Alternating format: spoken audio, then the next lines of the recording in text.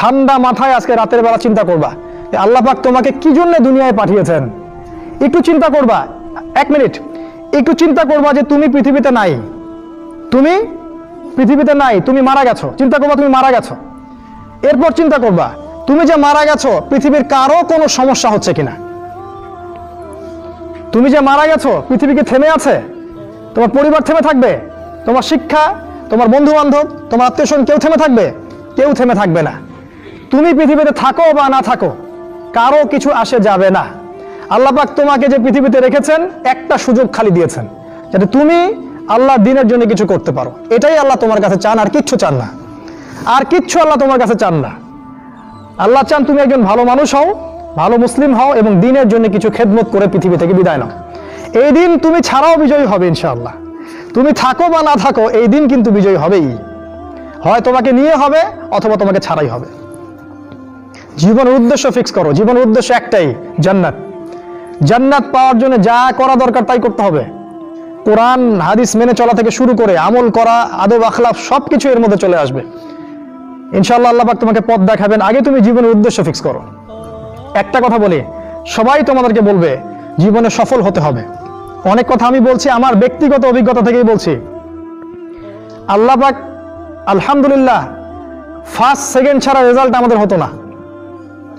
যখন থেকে আমরা বুঝতে পেরেছি যে ট্র্যাকে আমরা যাচ্ছি সে ট্র্যাকটা ভুল, সে ট্র্যাকটা ভুল, এই বুঝটা যখন থেকে আসছে আমাদের মধ্যে, আমরা চেষ্টা করছি অন্যদেরকে আমাদের শিক্ষা দিয়ে সচেতন করার জন্য। আমরাও ভুল করেছি, ভুলের উপর ভুল করেছি। আল্লাহ পাক যেন মাফ করেন, আল্লাহুম্মা আমিন। সাফল্যের সংজ্ঞা শেখানো হতো আমাদেরকে পরিবার থেকে। সফল হতে হবে বাবা, নিজের পায়ে দাঁড়াতে হবে, বাবাকে দেখতে হবে, মাকে দেখতে হবে, অমুক তমুক ইত্যাদি ইত্যাদি। বিয়ে করবি কি নিয়ে, তোর তো কিছুই নাই, বলে নাই কথাগুলো আপনাদেরকে। চাকরি বাকরি করতে হবে, প্রতিষ্ঠিত হতে হবে। শোনো, সাফল্যের একটা সংজ্ঞা দিয়েছেন আল্লাহ কোরআনে, একটাই সংজ্ঞা, সূরা আল ইমরানের মধ্যে আছে। আজকে আমি সব ডিটেইলস বলার সময় পাচ্ছি না। সূরা আল ইমরানের মধ্যে আছে কুল্লু নাফসিন যায়িকাতুল মাউত, প্রত্যেকটা নফস মারা যাবে এবং কিয়ামতের মাঠে তাদের পুরোপুরি প্রতিদান তাদেরকে দেয়া হবে। এখানে আল্লাহ সাফল্যের সংজ্ঞা দিয়েছেন, ফামান যুহজিহা আনিন নার ওয়া উদখিলাল জান্নাহ ফাকাদ ফাজ। ওই দিন কিয়ামতের মাঠে যাকে জাহান্নাম থেকে বাঁচানো হবে আর জান্নাতে প্রবেশ করানো হবে, ফাকাদ ফাজা, এই ব্যক্তি হচ্ছে সফল। সাফল্যের সংজ্ঞা কোথায় পাইলেন? যদি আমরা জাহান্নাম থেকে বাঁচতে পারি প্রত্যেক ব্যক্তি এবং জান্নাতে যেতে পারি, সেই সফল। এছাড়া কেউই সফল না, এই পৃথিবীর কেউই সফল না, কেউ না। সে যত বড় রাষ্ট্রনেতা হোক, পণ্ডিত হোক, বিজ্ঞ হোক, পণ্ডিত কে হয় হোক, যার দাপটে সারা বিশ্ব কাঁপে, এও সফল না যদি না সে জান্নাতে যেতে পারে। কিন্তু একজন এই ভ্যান চালক, এক রিক্সা চালক, এক আমার ওই গরিব চাচা, ওই কৃষক, সে যদি হিসাব দিয়ে জান্নাতে যেতে পারে, সে সফল। তিনিই সফল, তিনি আল্লাহর কাছে পছন্দের বান্দা। অতএব জীবনের উদ্দেশ্যটাকে ঠিক করে ফেলো, এটা প্রথম কাজ। দ্বিতীয় কাজ, তোমাকে জ্ঞান অর্জন করতে হবে। দ্বিতীয় কাজ, কিসের জ্ঞান অর্জন করবে? যে জ্ঞান তোমাকে আল্লাহর দিকে নিয়ে আসবে সেই জ্ঞান অর্জন করতে হবে। কোন কোন সাবজেক্ট পড়তে হবে তোমাকে প্রথমত কোরআন পড়তে হবে, তেলাওয়াত করা শিখবে, অর্থ জানবে, আরবি ভাষা শেখার চেষ্টা করো, কোরআনের আদেশ মানো, নিষেধগুলো ছেড়ে দাও এবং কোরআনের দাওয়াত মানুষের কাছে পৌঁছে দাও। কোরআনের দাওয়াত মানুষের কাছে পৌঁছে দাও এবং কোরআনের বিধান বাস্তবায়নের জন্য আল্লাহর পথে চেষ্টা করো। আর কি সাবজেক্ট পড়তে হবে? তোমাকে হাদিস পড়তে হবে, রাসূলের হাদিস, অসংখ্য হাদিস, এগুলো পড়তে হবে তোমাকে। আর কি পড়বে? ইসলামের ইতিহাস তোমাকে পড়তে হবে। ইসলামের ইতিহাস জানবে না তাহলে হীনমন্য জাতি হবে। তুমি জানবেই না তোমার এই বাপ দাদারা ছিল সিংহ পুরুষ, তুমি এটা জানবেই না। তোমার শেকড় যে এত সিংহ পুরুষ দিয়ে ভর্তি, তুমি জানোই না। এই জন্য হীনমন্যতায় ভোগো, মনে হয় যে আমাদের কেউ নাই, আমরা এতিম। জি না, আমরা এই বিশ্ব শাসন করেছি 100 বছর আগেও। এই 100 বছর আগেও এই পুরো বিশ্ব আমাদের হাতে ছিল। এখন যা দেখছো এরকম অতীত এরকম ছিল না। একটা ওমরের হুঙ্কারে সারা বিশ্ব কেঁপে যাইতো। এক আলী রাদিয়াল্লাহু আনহু যদি জিহাদের মাঠে হুঙ্কার দিতেন, সমস্ত কাফেরের হৃদয় একদম দরদর করে কাঁপতে থাকতো। আমাদের সিংহ পুরুষ বাবারা দাদারা এরকম ছিলেন। আমরা এত হীনমন্য জাতি ছিলাম না। আজকে আমরা আমাদের পরিচয় ভুলে গেছি। ইতিহাস পড়তে হবে তোমাকে। আর কি পড়তে হবে? ইসলামের অর্থনীতি পড়বে। অর্থনীতি জানো না, তুমি হালাল হারাম বুঝতে পারবে না। ওরা তোমার সাথে প্রতারণা করে এমন হারাম ঢুকিয়ে দিবে তুমি বুঝতেই পারবে না এটা হারাম ছিল। ইকোনমিক্স পড়তে হবে, খুব ইম্পর্টেন্ট সাবজেক্ট এই জামানার জন্য। আর কি পড়তে? Political science. এই বিশ্ব রাজনীতি সম্পর্কে পড়াশোনা করবে, এটা গুরুত্বপূর্ণ সাবজেক্ট। এছাড়া জেনারেল লাইনে যে পড়াশোনাগুলো করছো এগুলো ভালো, আমি এগুলো পড়তে নিষেধ করিনি, আমি বলেছি এগুলোর শিকড়টা হবে ইসলামিক। তুমি ডাক্তার হও আর ইঞ্জিনিয়ার হও আর কি হও এটাতে আমাদের কোনো আপত্তি নাই, শিকড়টা হতে হবে ইসলামিক, কোরআন এবং সুন্নাহ ভিত্তিক। আর একটা সাবজেক্ট পড়বে ফিকহ। ফিকহ যদি না পড়ো তাহলে কি হবে জানো? তাহলে নফল মুস্তাহাব আমলগুলো নিয়ে মারামারি কাটাকাটি করে ফরজ ঐক্য নষ্ট করে ফেলবা। এখনকার দেখো না যে অল্প কিছু পড়াশোনা করে, 2 পাতা পড়াশোনা করে দায়ী হয়ে গেছে একেবারে। কোরআনটা ঠিক মতো পড়তে পারে না, কোরআনটা রিডিং ঠিক মতো পড়তে পারে না, বড় বড় ফতোয়া দিয়ে বেড়াচ্ছে, ওইটা হালাল ওইটা হারাম, ওইটা অমুকের এই নাই অমুকের সেই নাই। হচ্ছে না এটা ফিকহ না জানার কারণে হচ্ছে। ফিকহের বুঝ কঠিন বুঝ, গভীর বুঝ। এই জন্য ইমাম আবু হানিফা থেকে শুরু করে যত ফকিহ ছিলেন সবাইকে ভক্তি শ্রদ্ধা সম্মান করতে শিখো। ফিকহটা অনেক কঠিন একটা জিনিস। আমরা তো এখানে সমালোচনা বেশি করতে চাই, এটা ঠিক না। এই ফিকহের জ্ঞান না থাকলে তুমি কোনটা ফরজ, কোনটাকে বেশি গুরুত্ব দেওয়া লাগবে, কোনটা নফল, কোনটাকে মুস্তাহাব, কোনটা ওয়াজিব পর্যায়ের, কোনটা সুন্নতে মুআক্কাদা, কোনটা কি সব বুঝতে পারবে না। আর না বুঝতে পারলে তুমি কি করবা? যে বিষয়ে ছাড় দেয়া যেত সেটাকে ছাড় না দিয়ে তুমি বড় বড় জিনিসগুলোকে ভেঙে ফেলবা। খেয়াল করে দেখবেন ছোট ছোট মাসআলাগুলোকে নিয়ে, যেগুলো ইখতিলাফি মাসআলা, যেগুলো নিয়ে সাহাবায়ে কেরামদের মধ্যে দ্বিমত ছিল, এগুলোকে নিয়ে বাংলাদেশে শত শত দল হয়ে গেছে। হয় নাই? কোন দল কি বলেছে আল্লাহ নাই? কোন দল বলে যে রাসূল নাই, কোরআন নাই, আমাদের কেবলা আলাদা, এটা বলে? সবার আল্লাহ এক, রাসূল এক, কেবলা এক, কোরআন এক, সুন্নাহ এক, সব এক। তাহলে এতগুলো দল কেন হলো? ওই যে সংকীর্ণ মানসিকতা এবং এই ফিকহের বুঝ না থাকার কারণে হয়েছে।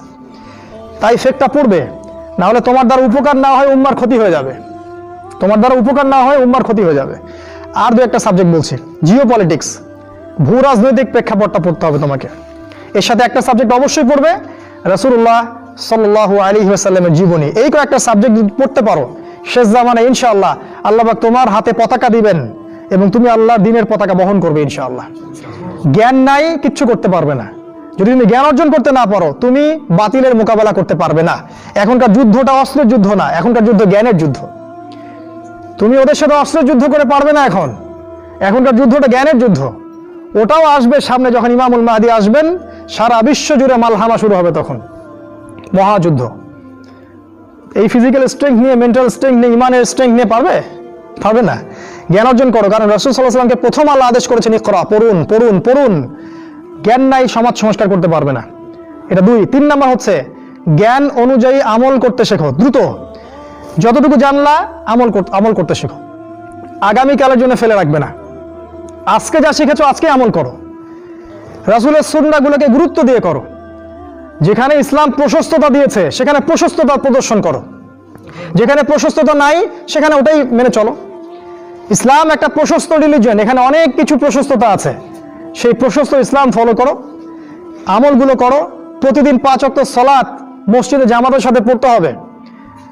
যখন তুমি রমাজান মাস পাবে সওম রাখতে হবে, যাকাতের সম্পদ আসলে যাকাত দিবে, মানুষের সাথে ভালো আচরণ করতে শিখো, উম্মাহকে ঐক্যবদ্ধ করতে শিখো, কোরআনের জ্ঞান অর্জন করো, সুন্নাহর জ্ঞান অর্জন করো এবং জানা অনুযায়ী আমল করে তুমি তোমার নিজের ভিতরে একটা পরিবর্তন নিয়ে আসো। পবিত্র হওয়ার চেষ্টা করো, সব পাপ থেকে তওবা করে ফিরে আসো। রাসূলের সুন্নাহগুলোকে গুরুত্ব দাও। A to Z, বাথরুমে যাওয়া থেকে শুরু করে তোমার জীবনের প্রতিটা ক্ষেত্রে নবীজির সুন্নাহগুলোকে তোমার উপর বাস্তবায়ন করো। নিজের উপর সুন্নাহ নাই, তুমি সমাজের সুন্নাহ বাস্তবায়ন করতে পারবে না। 3 নাম্বার। 4 নাম্বার, আদর্শ পরিবার গড়ে তোলো। আদর্শ পরিবার গড়ে তোলার জন্য তোমাকে তাড়াতাড়ি বিয়ে করতে হবে। তোমার সামর্থ্য আছে, শারীরিক মানসিক সামর্থ্য আছে, রুজির একটা ব্যবস্থা আছে, বিয়ে করে ফেলো, দেরি করবে না।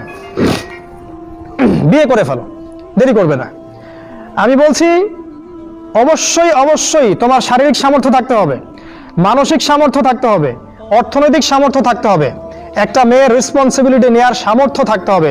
সামর্থ্য হয়ে গেলেই তুমি বিয়ে করে ফেলবে, আর কোনো দিকে দেখার দরকার নাই। এমনকি তোমার যদি একাধিক বিয়ে করার সামর্থ্য থাকে সেটাও তোমাকে করতে হবে।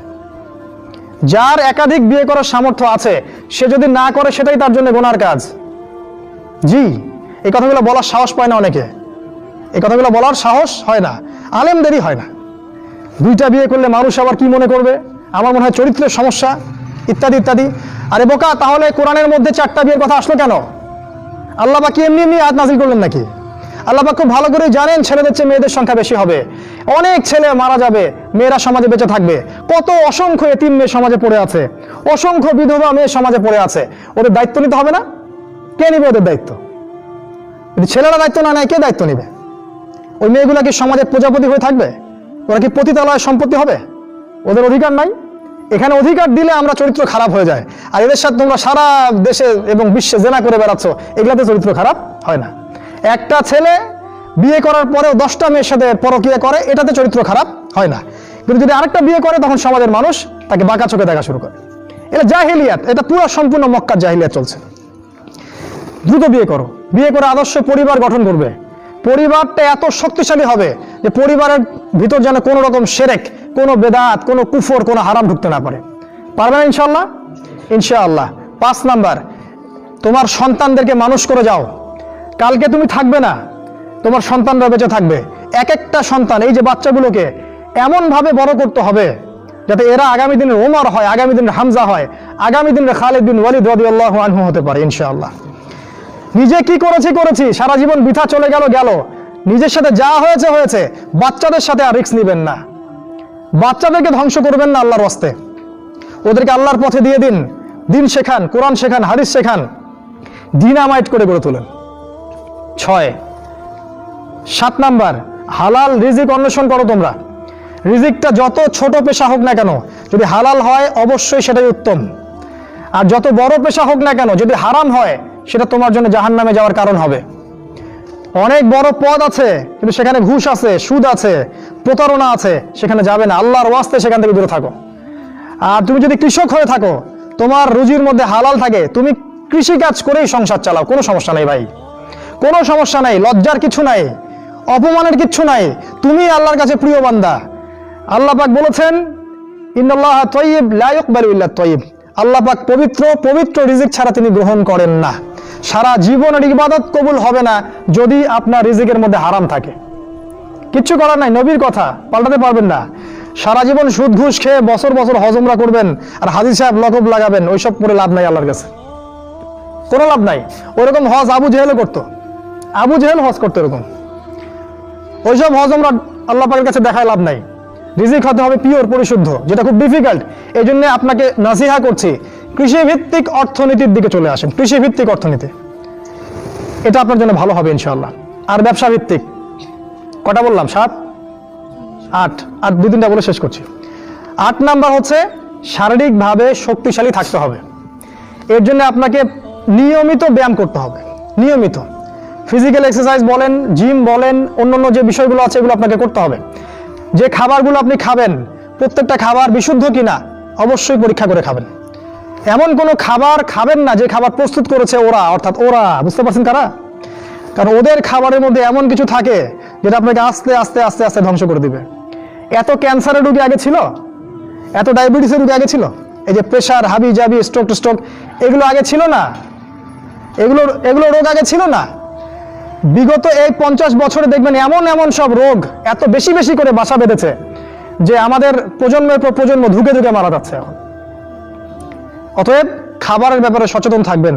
এমন খাবার গ্রহণ করবেন না যে খাবারটা বিশুদ্ধ না, যে খাবারটা ম্যানুফ্যাকচার, সেটা গ্রহণ করবেন না। মানে মানুষ ওই কলকারখানায় তৈরি করেছে এমন খাবার খাবার খাবেন না।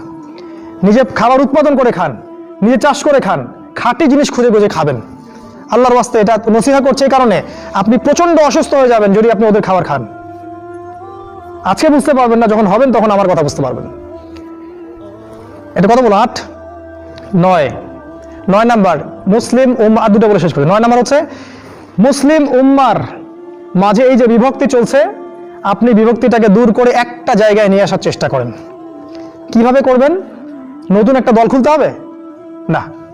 আপনি যদি একটা প্রতিষ্ঠান করে থাকেন, একটা ফাউন্ডেশন করে থাকেন, একটা সংগঠন করে থাকেন, যেটাই করে থাকেন, আপনি যদি এতটুকু নসিহা গ্রহণ করেন যে হ্যাঁ, এই শততা বিভক্ত এই উম্মার প্রত্যেকেই আমার ভাই, সে যে মাযহাবি হোক আর যে তরিকাই হোক, সে আমার ভাই, সেও মুসলিম, আমিও মুসলিম, তার সাথে আমার কিছু বিষয়ে হয়তো দ্বিমত আছে, কিন্তু এই না, তার মানে এই না যে সে কাফের আর আমি মুশরিক, সে কাফের আর আমি মুসলিম, এমন নয়। প্রত্যেকেই আমার ভাই। প্রত্যেকটা দলের মধ্যে যদি ভালো ভালো কিছু পান, সেই ভালোটুকু আপনি গ্রহণ করেন। আপনি দেখবেন প্রতিটা দলের মধ্যেই ভালো না কিছু আছে, আছে না? নাকি নাই, সবই খারাপ? প্রত্যেকটা ইসলামপন্থী দলের মধ্যেই ভালো কিছু না কিছু অবশ্যই আছে, সেই ভালোটাকে আপনি নিয়ে নেন, ব্যাস হয়ে গেল। আর প্রতিটা ইসলামপন্থী দলের মধ্যে দেখবেন কিছু না কিছু বিতর্কিত বিষয় আছেই, নাকি সব 100% পারফেক্ট আছেই, ওগুলোকে আপনি ছেড়ে দেন, দিয়ে আপনি সবাইকে নিয়ে বসার চেষ্টা করেন, যেটাই করবেন সবাইকে নিয়ে করার চেষ্টা করেন।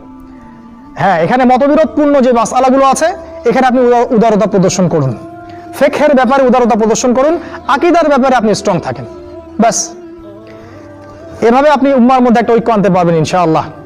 আর এই উম্মার ঐক্য যদি না থাকে তাহলে আগামী দিনগুলোতে এই উম্মাকে বাঁচাতে পারবে না কেউ না।